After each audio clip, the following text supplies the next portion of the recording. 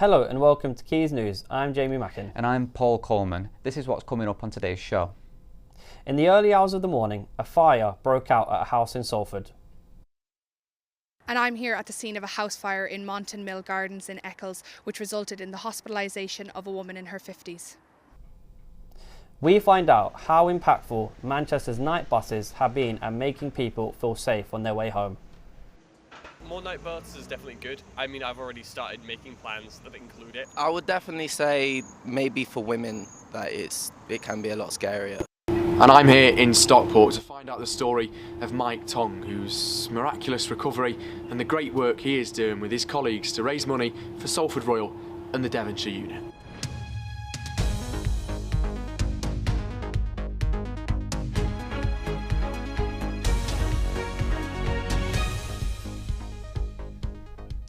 Now, at 5:15 this morning, several fire trucks, police cars and ambulances raced to the scene of a house fire in Monton Mill Gardens in Salford. Megan Folan is live at the scene and has been following the events of the day closely. So Megan, what's the latest on the story? Thanks guys, I'm here in Monton Mill Gardens in Eccles at the scene of a house fire that took place in the early hours of this morning, resulting in the hospitalisation of a woman in her 50s. As you can see, the house behind me is still recovering from the blaze and has only actually just been boarded up in the last few minutes.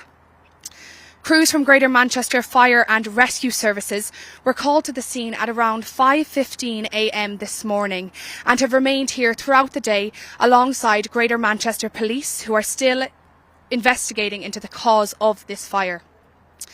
The woman who was affected was rushed to hospital in the early hours where she remains, and a statement from Greater Manchester Police confirms that while her injuries are severe, they are not believed to be life-threatening. Like I said, the cause of the fire is still unknown and under investigation, but police urge anyone with information, CCTV or dashcam footage to come forward. Megan, what are the local community saying about the incident? I've spoken to many people in the area today, but specifically a neighbour who lives directly across from where I'm stood, and she told me what she remembers is the overwhelming smell of burning in the early hours. However, the general consensus is one of heartbreak and sadness for the woman who lived in the house. Thanks, Megan. A man's body has been discovered in Salford Quays following a major rescue operation by emergency services. The surrounding area between Pomona and Harbour City has been cordoned off to allow for the operation to take place. Millie Short has this report. I'm here in front of the river where earlier today a body of a man had been discovered in the waters of Salford Quays. Greater Manchester are prompting an ongoing investigation into the matter. Emergency services rushed to the scene close to the Lowry Hotel after receiving reports of a body found here in the River Irwell. In a statement posted on social media, Greater Manchester Police confirmed the grim discovery and announced a full investigation is now underway to determine the circumstances surrounding the incident. Emergency crews, including police and paramedics, swiftly responded to the scene, but tragically, the man was pronounced dead. Police scenes remain in place as officers continue their investigation. Further updates are expected once more information becomes available, but authorities have yet to release any details about the identity of the man or the cause of death. It's also been reported that Manchester Evening News found a second man jumped into the river to rescue him. Thankfully, he managed to get out of the water safely. It's important to mention that during these cold months, cold water shock is life-threatening, with 400 people dying annually in the UK as a result of those being immersed in these waters. Police warn those to stay clear of the river and be aware of the risks. This is Millie Short, Salford Quays. Now, Jamie, 30 miles is a long way, wouldn't you say? Yeah, it definitely sounds it, Paul. Well, the team from Stockport Life Leisure walked 30 miles to Old Trafford, raising money for Salford Royal and the Devonshire Rehabilitation Unit. Our reporter Max Hayes brings us this story. Well, it was last March here at Stockport Life Leisure where Mike Tong began his regular working week, but his life quickly turned upside down. And just started feeling a bit of numbness in the thighs. Fast forward a couple of days and a bit of pins and needles started arriving. But then go to Sunday the 24th of March while at home again in tremendous pain, then collapsed by my right knee giving way. Various consultants at the time couldn't pronounce what diagnosis it was until a Dr. Chris Humphreys from Salford Royal appeared on the Tuesday. It was then on that Tuesday that Mike was diagnosed with ANCA vasculitis, an incredibly rare autoimmune condition that causes inflammation of blood vessels in the body. So when Mike became unwell, we sort of wanted to do something for Mike to show that we were still thinking about him because he's not here, because we're quite a close team. And then we came up with the idea of walking from Holsworth Village, which is head office, to Old Trafford and back, which was 13 miles. Your colleagues here at Life Leisure organising a 13-mile walk as well to raise money for Salford Royal and the Devonshire unit. I mean, how just amazing is that with the support from your colleagues? Honestly, from the company of Life Leisure and everyone that took part in the walk, I can't thank them enough, honestly. The family have been fantastic, wife and the lads and the girls. But Life Leisure, and to get 25, 30 people on Friday who were giving their time up to do this walk, and I just felt that we needed, or I wanted to donate something back to Salford Royal and the Devonshire unit. And Mike will continue his journey on the road to recovery, an inspiring attitude and over £2,000 raised. Max Hayes, Quays News in Stockport. If you get home from work late, you may have noticed there are more buses than usual on the streets, as over the last month, the B Network have been introducing night buses across the city. Our reporter, Bella Francis, has been finding out how effective the night buses have been in making people feel safer at night. A study by the Office for National Statistics in 2021 found that 81% of women and 39% of men feel unsafe walking outside at night. With Manchester maintaining the third highest crime rate in the UK, back in September the B Network tried to prevent late night crime by introducing night buses. The pilot means that V1 and 36 bus services are running all night, every night, connecting Manchester with Leigh and Bolton via Salford. In this bid to improve nighttime safety, Transport for Greater Manchester have also teamed up with an organisation called StrutSafe. StrutSafe is a UK-wide phone line that offers a friendly voice to help you feel comfortable while you are walking home alone.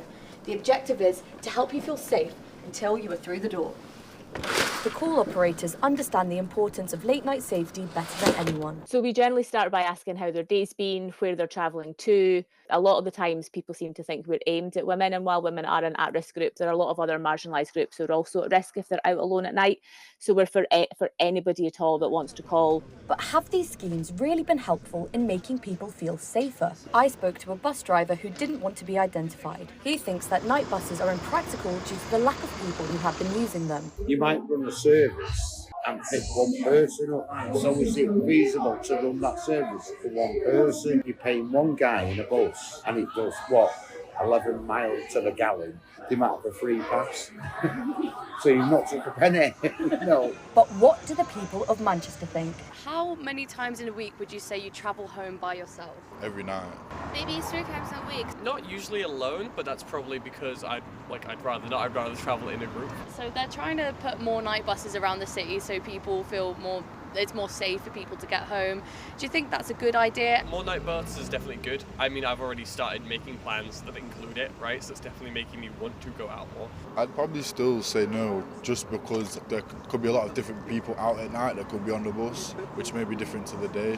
I also asked them about StrutSafe. Yeah, I'd do that. I think 100%, especially obviously with the cases with women walking home alone. I think that's massively that's a massive improvement. Yeah. I think we hear a lot of scare stories, and then an incident will happen, and then it gets a lot of press, it gets a lot of attention in the news, and it scares people a lot more than I think they need to be scared. Yeah, there's always dangers, there's always something that will happen, but the chances are it's probably not going to. Do you know what I mean?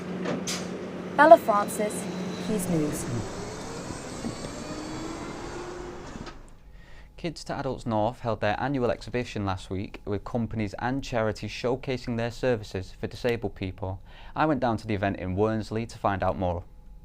And even adapted gaming controllers, which I just had to try. I was actually introduced to video games by my uncle, and he then sadly he had a series of strokes and is a person with disability himself. And so I first got into accessible gaming while researching ways of getting him able to play games again. How does it feel to be doing this job and helping all these people now? It's great. We've helped people be able to speak their first words when they've been unable to use communication aids in the past. We've seen people play their first game, get to interact, defeat their dad in a video game for the first time. There's a big game tonight for Salford City, and they're facing a team they've struggled against. Elliot Collier is live for us at the Peninsula Stadium with tonight's sport. Evening, Elliot.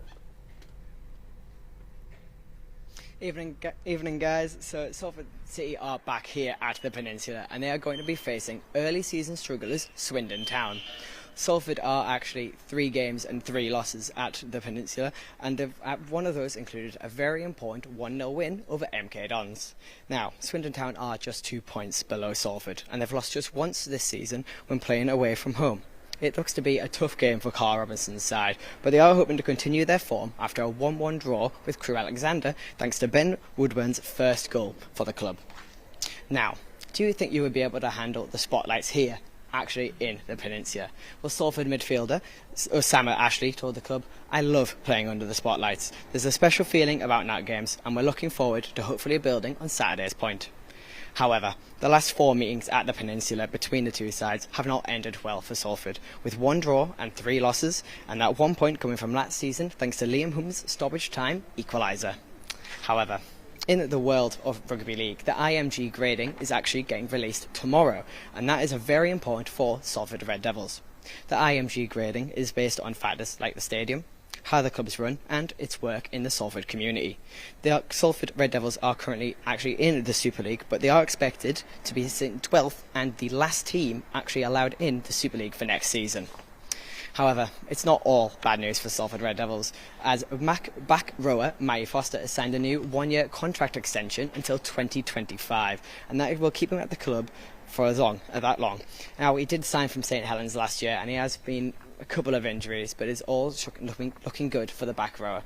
That is all time for today, but in the Peninsula, we will back here at 7:45 tonight.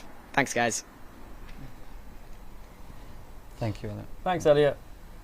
Over the weekend, the Bricklayers Arms pub embraced on a charity climb up Mount Snowdon to raise vital funds for the Ronald McDonald House charity. Beverly Segunda reports. A charity climb for a great cause. Pubgoers and staff at the Bricklayers Arm united to raise donations for the Ronald McDonald charity as they serve the community and not just pints, climbing that uphill battle and conquering fears. For local Failsworth resident Louise Dixon, the climb truly meant so much more. I have an 8-year-old daughter with Down syndrome she also has bowel disease called Hirschsprung disease. She's frequently at the hospital, she's had many operations, and I've always been offered the house to use, which it just takes a bit of pressure off the families and stuff like that, so that's the main reason. I just think it's an amazing charity and it's one close to my heart. Ronald McDonald House Charity UK aims to provide home away from home accommodation to families while their child is in hospital.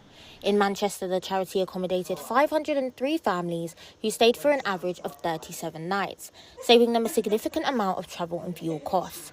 18-year-old Daniel Coyle Rocks climbed in memory of his cousin Frankie Jules Hugh and her unborn baby who lost their lives in a car crash. Her son Thomas and nephew Tobias were badly injured and her youngest son Brookie was hurt in the crash. The Ronald McDonald charity were able to support the family during this time. As they set off and embarked on their journey, celebrations began at home. I spoke to Snowdon hiker Daniel on his journey.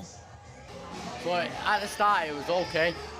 We got up, as soon as we stepped through the gates, it was a steep hill, and it just kept getting steeper and steeper. But other than that, I think when I got to the hard points, I realised why I'm doing it, and then it just made me push through.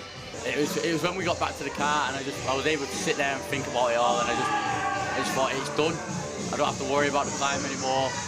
The amount of money we've raised is incredible. For 5 people, the 5 of us that did it, we raised money that you wouldn't think just 5 people could raise. So it was incredible. I think we was all just dead chuffed with that. We all got to the top and finished it. It was amazing.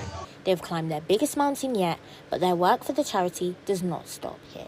Beverly Segunda, Quays News. And that's all we have time for today. Be sure to follow us on all our Quays socials at Quays News. Thank you for watching. Goodbye.